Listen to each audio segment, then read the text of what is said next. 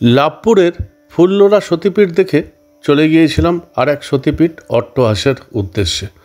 আর রাস্তায় পড়েছিল আর এক সুন্দর মন্দির, মুন্ডমালিনী মন্দির। এই পর্বে দেখুন এই সেই মুন্ডমালিনী মন্দির আর অট্টহাস মন্দিরের ইতিহাসের সম্পূর্ণ তথ্য। লাভপুরে ফুল্লরা সতীপীঠ ঘুরে ফেরার পথে আর একটা বিখ্যাত এবং জাগ্রত মন্দির লাভপুরের, এবং এখানকার বিরাট ফেমাস মন্দির মুন্ডমালিনী মন্দির। সেই মুন্ডমালিনী মন্দিরে আমি ঢুকেছি এবং এর প্রচুর অলৌকিক কাহিনী আছে এবং এখানে ভীষণ জাগ্রত এবং পরিবেশটাও অসম্ভব সুন্দর। চলুন একটু মুন্ডমালিনী এই মন্দিরটাকে দর্শন করি।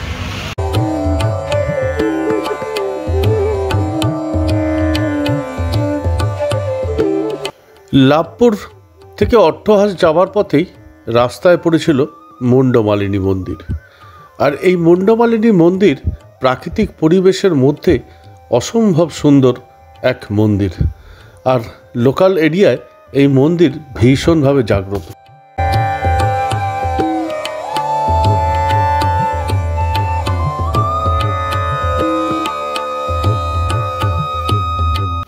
কালী পুজোর আগের দিন হওয়াতে মন্দির সংস্কারের কারণে মুন্ডমালিনী মন্দিরের মায়ের বিগ্রহ দেখা হয়নি।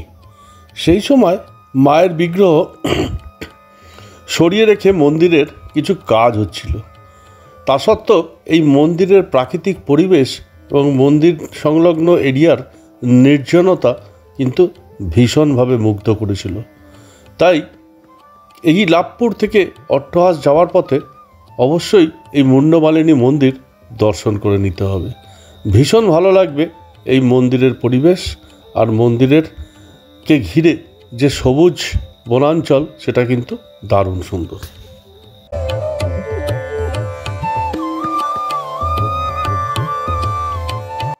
মুন্ডমালিনী মন্দির দর্শন করে এগিয়ে চলেছিলাম আমার আসল গন্তব্যস্থল অট্টহাসের দিকে, এবং এই পথ প্রায় 26 কিলোমিটারের। লাভপুর থেকে অট্টহাস বা নিরল গ্রামের দূরত্ব প্রায় 26 কিলোমিটার।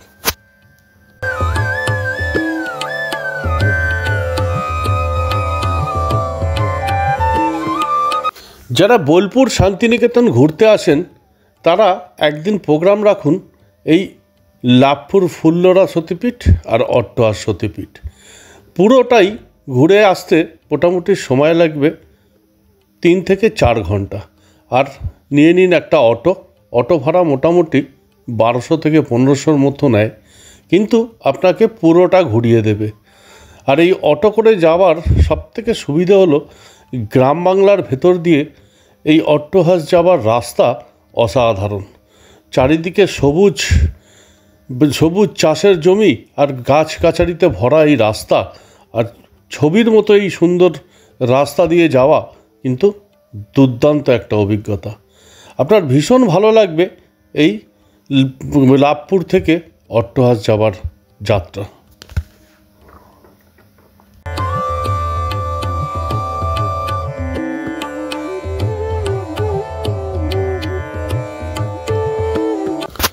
রাঢ় বাংলার নির্জন স্থানে প্রত্যন্ত অঞ্চলে এখন পূর্ব বর্ধমান জেলার কেতুগ্রাম থানার অধীনে দক্ষিণদিঘি গ্রামের পশ্চিমে সবুজ ধানক্ষেত পার হয়ে ঈশানী নদীর অপর পারে এই মহাতীর্থ অট্টহাস সতীপীঠ।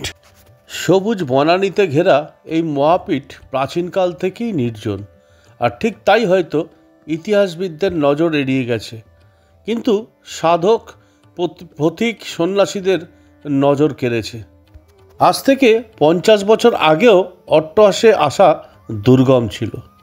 1917 সালে কাটোয়া আহমেদপুর রেললাইন চালু হয়। এর আগে সম্পূর্ণ এই পথ ছিল হাঁটা পথ। চৈতন্য মহাপ্রভু স্বয়ং রাঢ়ের তীর্থ পরিক্রমা করে কালে কাটোয়া থেকে হেঁটে এসেছিলেন 1910 খ্রিস্টাব্দে। 1985 সালে ঈশানী নদীতে ব্রিজ, আর 2006 সালে প্রধানমন্ত্রী গ্রাম সড়ক যোজনায় নিরল অট্টহাসের রাস্তা ভোল পাল্টে দেয়। এর সাথে মহারাজদের সংস্কারের উদ্যোগ আর সরকারি উদ্যোগে কাটোয়া অট্টহাস বাস কলকাতা অট্টহাস বাস অট্টহাসকে আধুনিক অট্টহাসে পরিণত করেছে।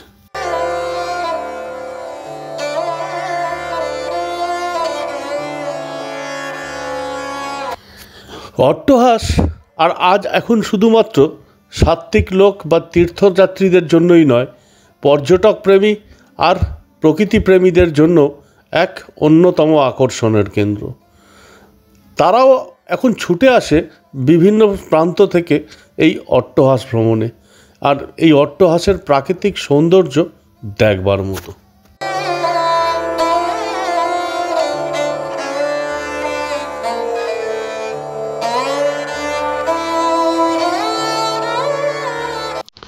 ঈশানী নদীর ব্রিজ পার হলেই প্রথম দর্শনেই চোখে পড়বে মৃত সতীদেহ কাঁধে ভোলা মহেশ্বর, আর তার সামনেই সেই সুন্দর প্রবেশদ্বার।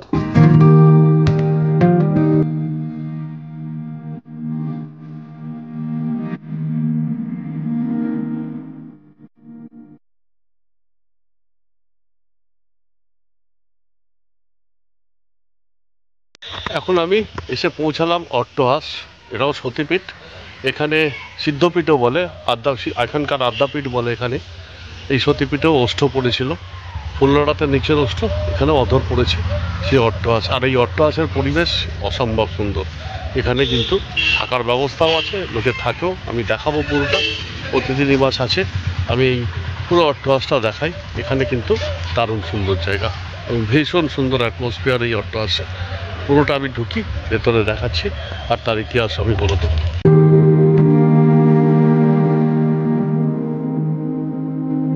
মন্দিরের প্রবেশদ্বার অতিক্রম করে জঙ্গলে প্রবেশ করে সোজা এগিয়ে গেলেই সামনের দিকে চোখে পড়বে 3 তলা যাত্রীনিবাস। এই যাত্রীনিবাসে কিন্তু রাত্রিবাসের সুন্দর ব্যবস্থা আছে এবং এখানে থাকার জন্য আগে থেকে বুকিং করেও এসে থাকা যায়।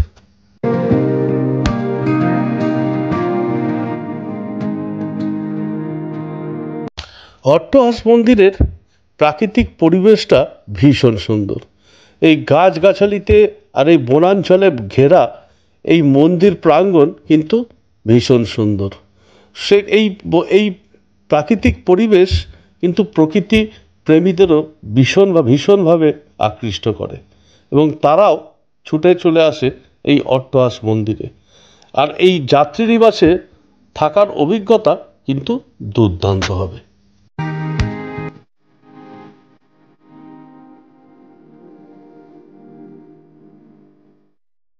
এই যাত্রীনিবাসের পাশ দিয়ে কিছুটা এগিয়ে গেলেই, আর জুতো খুলে সোজা এগিয়ে গেলেই চোখে পড়বে আধুনিক কারিগরিতে নির্মিত সুন্দর দ্বিতীয় তোরণ।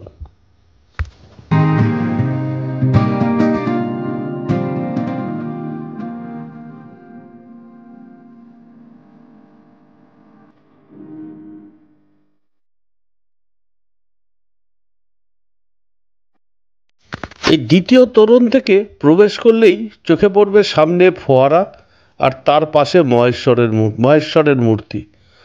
বাঁদিকে রন্ধনশালা, প্রসাদাঙ্গন বা ভোগঘর। আর একটু সোজা এগিয়ে গেলেই চোখে পড়বে আধুনিক কারিগরিতে নির্মিত সুন্দর নাট মন্দির। আর এর সামনে বাঁ পাশে ভৈরব মন্দির, আর ডান দিকে যজ্ঞ মন্দির পার হয়ে মূল মন্দির।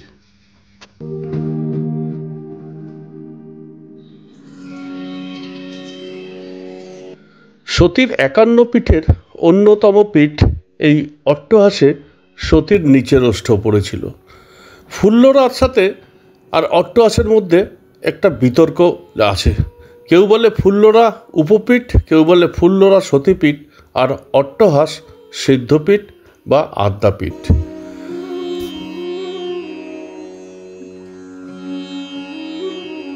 এখানে দেবী ফুল্লরা আর ভৈরব বিশেষ। এখানে দেবীর দন্তুরা চামুণ্ডা মূর্তি, আর এখানে দেবীকে অধরেশ্বরী নামে পূজা করা হয়। মন্দিরের উপরের দৃশ্য, হাতির মাথায় পা রেখে দাঁড়িয়ে আছে সিংহ। এর আধ্যাত্মিক তত্ত্ব, সিংহ হল দত্তগুণের প্রতীক আর হাতি রজগুণের প্রতীক, আর সত্যগুণের কাছে রজগুণ প্রধানত। মন্দিরের ভেতরে আছে একটি গর্ভ মন্দির, আর এই গর্ভ মন্দিরের ভিতরেই মায়ের অধিষ্ঠান।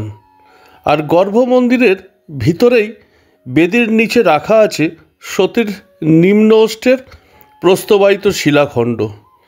এই গর্ভ মন্দিরটি অতি প্রাচীন। বারবার এর রূপ বদল হলেও মূল গর্ভ মন্দিরটি কেউ কোনোদিনও ভাঙেননি।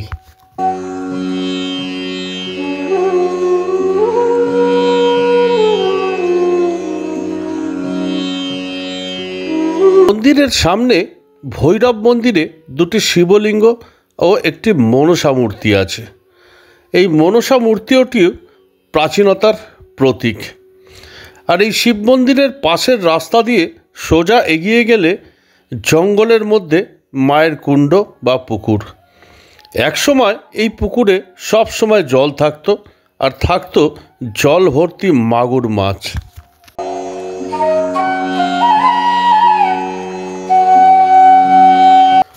জঙ্গলের পূর্ব পারে ঈশান কোণে ঐতিহাসিক পঞ্চমুণ্ডির আসন।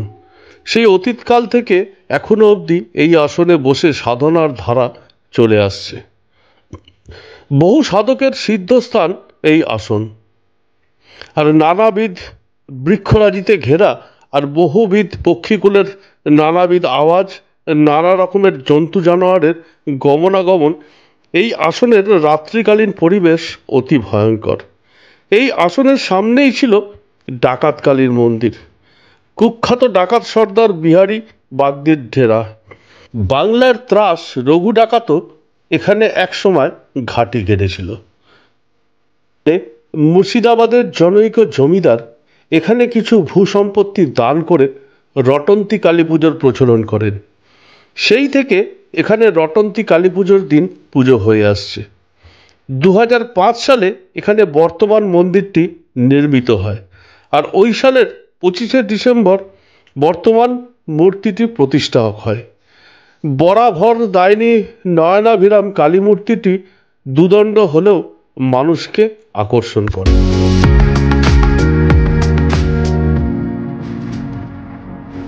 ফুল্লরা সতীপীঠ আর অট্টহাস সতীপীঠ দেখে এবার আমার ফেরার পালা। কালী পুজোর প্রাক্কালে সতীপীঠ ভ্রমণের আজকের এই অধ্যায় এখানেই শেষ। যদি ভালো লাগে অবশ্যই লাইক, শেয়ার, কমেন্ট করুন। আর হ্যাঁ, চ্যানেলটা সাবস্ক্রাইব করুন। আজকে এই অবধি। ভালো থাকবেন। Good night. আর হ্যাঁ, শুভ দীপাবলির শুভেচ্ছা।